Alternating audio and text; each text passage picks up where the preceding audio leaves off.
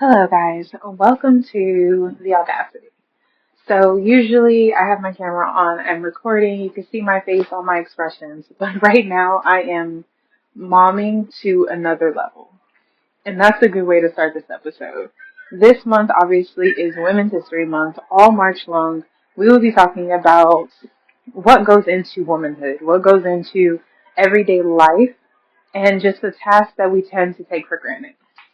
So if you haven't checked out any of our pages, if you haven't looked at my website, please make sure you jump in on some of the events that are going on.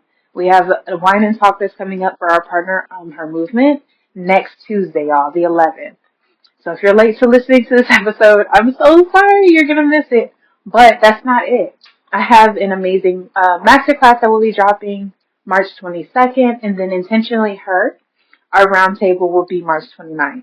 So super excited to keep this topic theme going as we get through the month. But for this episode, we're really going to be talking about the idea of womanhood. Now, y'all know I am good for being controversial. I'm good for trying to find, work with me guys. I'm trying to find a positive word. I'm trying to find a way to just bring up topics that we need to talk about. Anyway, I'll leave it there. My point being, this episode is really going to just get into it. What is the idea of womanhood that people think, what it actually is, and how we can better understand from different perspectives. Okay. Anyway, that's my spiel. Let's jump in.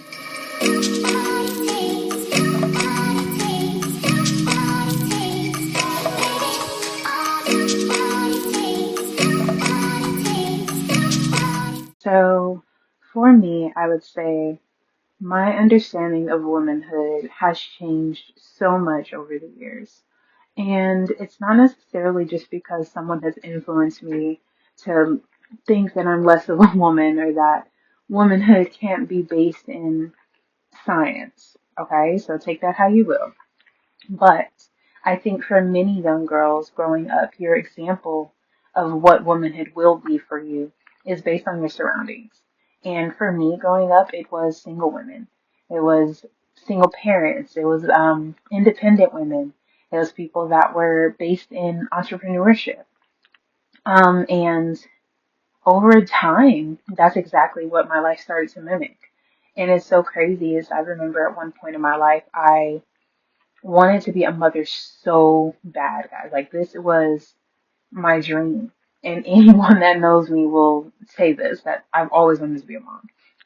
And I remember I was at a point where I'm like, even if I'm a single mom, God, like I just want to be a parent. I want to be able to share my knowledge, share my experiences and my love to someone who is here unconditionally, and that was my understanding of womanhood was sacrifice and nurturing and trying to do any and everything, even if it came with all the struggle in the world, to be a mom, right? So here I am. Let's fast forward a little bit. Uh, Going into college, this was a big time for me because I've always been very passionate about different things. And I remember in high school, people would always ask me, what are you going to do? What do you want to do? Pick a career, pick a path, pick a major. It was a lot of decision making. And I remember I was at a point where I just hated having to limit myself, limit my passions and my interests because I felt like if I have it, if I'm motivated, if something in me is saying, try this, try that, at what point do we teach our youth or our young adults, right? Because we're still learning, even adults, we're still figuring it out, that it's okay to pursue what's on your heart, what's your passion, where your interests are. And that was where I was. I'm like, I don't want to limit myself. I remember I wanted to be a fashion designer, a journalist, and a lawyer. Those are my things. And it's so crazy because now looking at my life, I may not be a fashion designer, y'all. And you know what? I have no desire to be one. I love interior design. I love putting colors together. I love seeing fashion. I love just the art of it all. So I wouldn't say that that passion is gone. Just the way I exhibit that, totally different. Nowadays, if you look at me, you'd be like, that girl had no desire to be in fashion. She looked like a mama.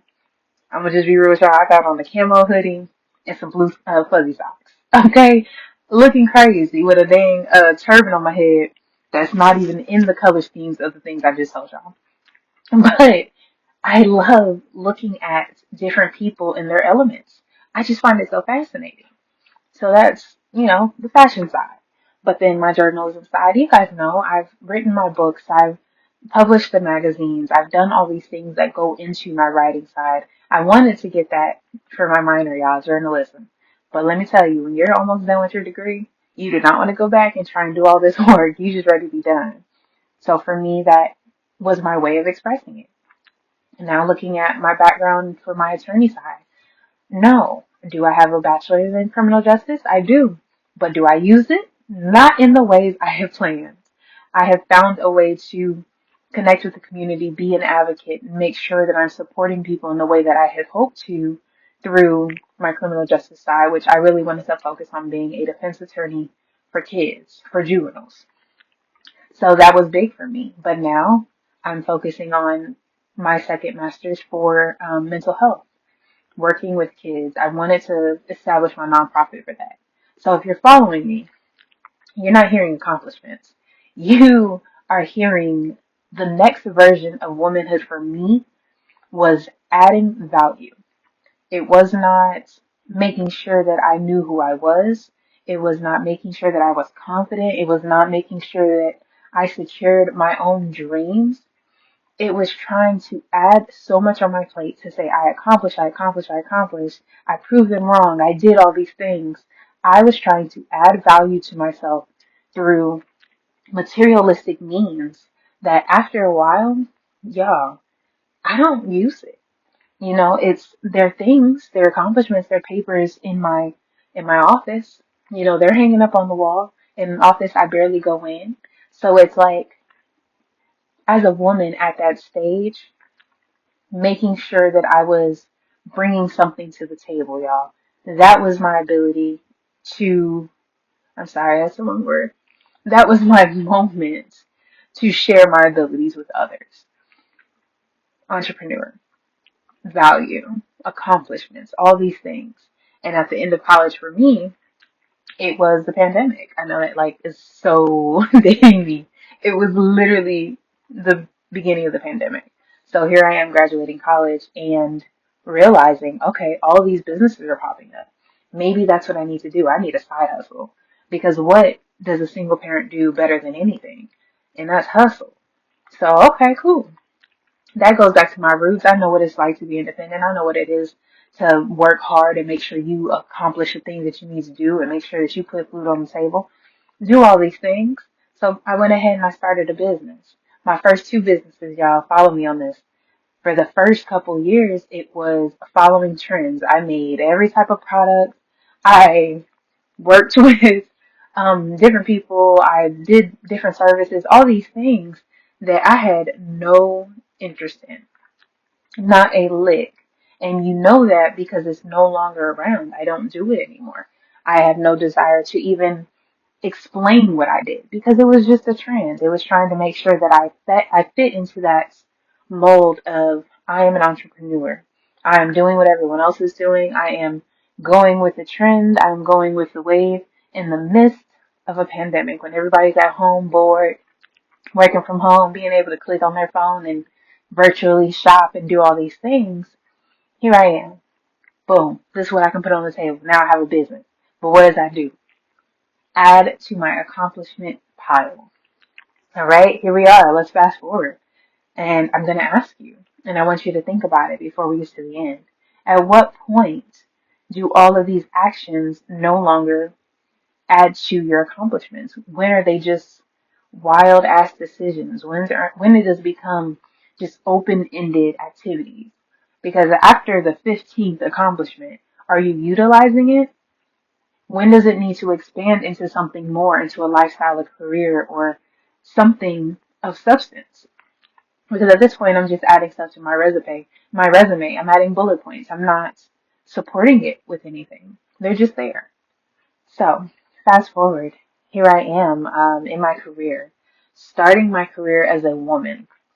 And I say woman with emphasis because, honey, the things I experienced at various stages of my life is crazy that I was still learning things that I wish I would have known to avoid the things that happened. And that just means that womanhood does not come with age, in my opinion. It comes with maturity, it comes with lessons, it comes with understanding and your ability to move forward without repeating the same thing every single day. And it's not necessarily saying that, oh, I'm 43, I'm not a woman. No, but it is saying that the same way men can call a grown man that acts like a child a boy, it applies to women. You act like a girl, I'm sorry. We need to put ourselves in that same position and hold us to the same standard. We cannot keep doing girl-like behavior and be offended when someone refers to them as a girl. Take it where you want to take it. But here I am exiting my girlhood. Uh, and it was interesting to me because this was my very first time making a salary, like making more than minimum wage, making more than minimum wage plus commission, actually making pay. I've never experienced this before. So balancing bills, understanding I had to make some hard decisions before I started making this money, getting back on my feet, adjusting to life, going through all the phases that I should have gone through during college at least. Now I'm doing it as a grown woman with all this responsibility on my back. And I want to pause right here for a minute because I think this is a good learning opportunity. We tend to wait, right? We tend to wait and avoid different lessons because, at least in my experience, either one, someone is trying to get you to avoid it because they've gone through it so many times already, they've been there, they've done that, so they want you to just not do it altogether. Or two, we think at some point, like many of us do, that there's a timeline, there's an expectation, there's things that you should be doing that is more important than you just going through your path and learning the lesson when you need to learn it. For me, it was heavy on people not wanting me to go through the same thing that they had already went through, or when they went through, that they went through when they were my age.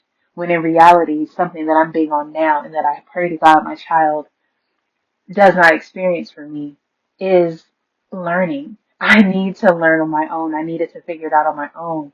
And again, here I am, a grown woman with a child and husband. I am learning things about myself that I wish I would have held on to or experienced prior to being here. There are things within my own personal self-esteem. There are things about finances. There are things about education. There are things about work that I am figuring it out now. Not always bad, not the end of the world, but it's interesting to me the impact it has on who you are as a person and the decisions you would make if they happened before you get to that point. So, back into my timeline here, y'all. I promise I have a point. I am getting out of my career, and I am having my child. So I did all this work, racked up all these accomplishments that I put on my resume to get in that career, to start making that salary, to be somebody, to be a woman. And here I am having my child. We talked about this in a couple episodes, but the depletion of self-worth just dropped like a bomb. Completely just fell apart in my face. And it's so crazy because some women are like, no, you got to be a mom. You got to do what you wanted to do, right? That's where I started. Watching all these single moms doing what they need to do, being independent. Here I am. Here's my opportunity. Now I'm pregnant. I'm a mom. What's the problem? What happened? Now I'm at a point where I'm stuck. All this money I was making, I have to stop because I need to go home. I don't have anybody to watch my child. I'm doing what I need to do. I'm moving. I'm following my husband. I'm making sure we're good because he's doing what he needs to do. Cool. No problem. I'm at home.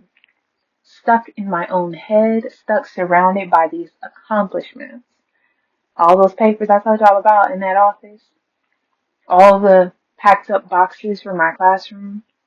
All the packed up boxes of office supplies and exciting clothes that I just bought. All these career clothes. I'm at home. What do I need them for? All surrounding me. And a big thing about that is a lot of people don't understand that when you are incapable of being alone, or you've never allowed yourself to go through certain lessons that you probably should have gone through before you got to that point, when you're surrounded like that, you're enclosed and you are stuck with your thoughts, it's hard. It takes a toll that no one really explains because people don't always go through it. As humans, we like to be surrounded by people. We like to be surrounded by experiences and things that make us feel good, right? And it's so funny because men tend to be the best at being alone.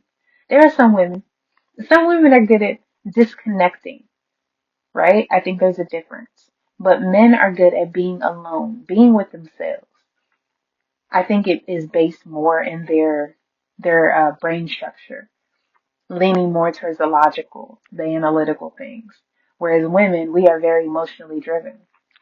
So what may look different for men is completely different for women, right? I may be sitting here trying to find a hobby, okay? And I'm gonna be honest about myself. Yesterday, I tried to make a bracelet. I'm trying to pick up a hobby, y'all. It's not going very well. In order to learn to be okay with being myself, being with myself.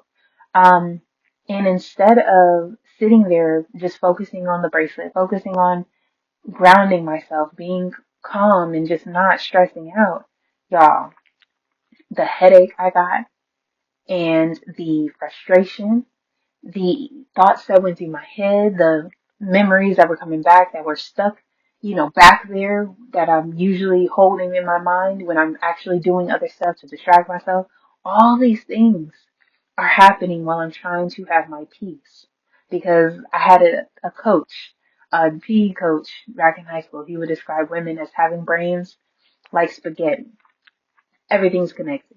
Everything is touching. Everything is one another. So me trying to make a bracelet is now connected to everything that went on in my day, everything that I've been holding in my head, everything that I was actively trying to get through is now coming full force because I'm no longer using that effort to keep it back. I'm no longer using that effort to block it. I am trying to focus on something else. I'm trying to release. I'm trying to be calm. That's gone. The protection barrier is down, red alert. We are in full evasion. So for women, that's us. That is it. So when I say that most women are capable of disconnecting, it's different. Being able to just completely shut down in order to not connect or deal with the things that come with just being you is not the same as being alone. So flipping it. Men, he described them as having waffle like brains. Everything is compartmentalized. Everything has a spot, right? Or a tackle box. Either one. Everything has its spot. So for a man, he may go to work, have a bad day, be pissed off. On the drive home, it might drag in a little bit, but the moment he sits down at that controller that a lot of us women don't like, that's his moment. It's moved on. He has literally moved on. He is in that game. He has found something else to keep his attention. He's not thinking about that job. But the moment we come in and ask, hey, how'd work go? How'd that job go? Now he has two options. And this is where men become very capable. He can answer the question, be like, yeah, bad day, but you know what? It's done now. Or he can allow it to merge into that box that he is at peace to answer the question, to get riled up, to provide that type of space to where he's in our minds, right? Women, where we think he's being vulnerable with us. When in reality, he might be putting himself at risk of dealing with the things that we deal with on a regular basis. But I'm gonna stop right there because that's not necessarily the episode I'm trying to go on because I want us to focus on one thing at a time. Looping back around, right? Here I am. I'm at home, surrounded by my things, surrounded by my accomplishments, all of this weight that I've carried through this point. I have struggled. It has been on my back. It has been part of my stress. It has been part of my physical depletion. It is now surrounding me. But on top of that, I have responsibility of this baby that I dreamed of. This baby that I had prayed for is sitting here looking at me frustrated, overwhelmed, trying to feel good about myself all over again. All of these things are happening while that dream is sitting there looking at me. Okay? So, this is where my womanhood was tested for a long time. And I'm okay with saying that. This was not something that just disappeared. This is not something that I was just able to say, you know what? This is my new level of womanhood. This is my new level of value. No, I went from doing everything to make sure I had my resume right. Now I'm here to try and make sure that my son's resume is secure because I need to be a mother. But that's not what happened. My self-esteem was shot. Not only was it shot in my head, it was shot on a physical level because now I am not getting dressed anymore. I am not physically attracted to myself. I do not see any reason to continue to be confident. I'm wearing sweats. I don't match. I don't get out the house. My skin is becoming ashy pale. It is just screechy. I'm breaking out. It's dry. My face ain't right. It's like everything that could go wrong in my own mind went wrong. I was completely shutting down. And here I am, right? Talking to this man of mine, trying to explain what's going on. He doesn't understand. Talking to other women, one side may. Hey, what happened? I get it. I understand why you feel that way. You were a go-getter. Everything's done now. That don't help, right? Finding the other side of women, I completely understand. Oh my gosh, yes, I remember that. I went through the same thing. Having a support system is amazing. Making sure that you surround yourself with people that are actually going to help you get through that, right? That still don't help. What do you mean you went through this too? Why are we going through this? Why do we not feel good about the one task that we are said as women is supposed to happen? It's supposed to give us that badge of honor. What do you mean? But that's not how it goes because that is not the idea of womanhood. All right, fast forward. Here we are, finally at a state where I understand myself. I understand my needs. I understand my changes. I understand my trauma. I understand my growth. I understand my duties. I understand my pain, my challenges, and I understand my future. I understand. I may not be able to execute everything yet, but I understand what's going on. I am a mother, and there are times where I'm going to be stressed out. There are going to be times where I'm trying to learn and be the best person. I'm going to spaz. I'm going to do things wrong because I am learning. And that I'm human. But at the end of the day, I nurture by nature. Okay? I'm a wife. I love being a wife. I love my husband. He's wonderful. Do we fight? Do we have challenges? Are we different? Are we still learning about each other? Are we in a position to where we can take on the responsibilities of our child, our household, our individual growth, and merge it into a marriage to make sure that we are more than our surroundings? Yes, because we are responsible for that. We are responsible for that effort. And as a wife, I had to learn that. And I think the big thing is being a mother and being a wife is said to be natural. It's something that we were supposed to be doing. So it's just going to come to you. I know women with kids that are not meant to be moms. I know women with husbands that are not meant to be wives. And they definitely don't act like it. So for us to say that these are the two main things that we are put on this earth to do is mind blowing to me. I am a businesswoman. I love being a businesswoman. I love everything about it. I love enjoying the ups and downs. I love trying to find that time to create and give back. Do I fail? Yes, often. I fail often. I fail in ways that make me want to give up. I lose people, I gain people, I find time to remotivate myself by creating something new, by envisioning this dream within communities, within just small groups of people. I don't even need to be big. I don't even need to be wealthy. I don't need to be famous. I just want to have a consistent group of people that are like, yo, you help me. You're a great person to interact with. And even knowing that there may be people that come to me and are like, you know what, this wasn't enough. I'm okay with that too. I'm okay with getting to a point where it is just consistent. It is consistently exciting, and it may sound crazy to people that understand, like, no, you're always going to have some type of downside. You're always going to have something you have to work at. I'm cool with that. But for people that do understand, when you have been starting up for so long and so many times have passed to where you're just like, dang, give me a chance. That feeling of excitement is the best thing in the world.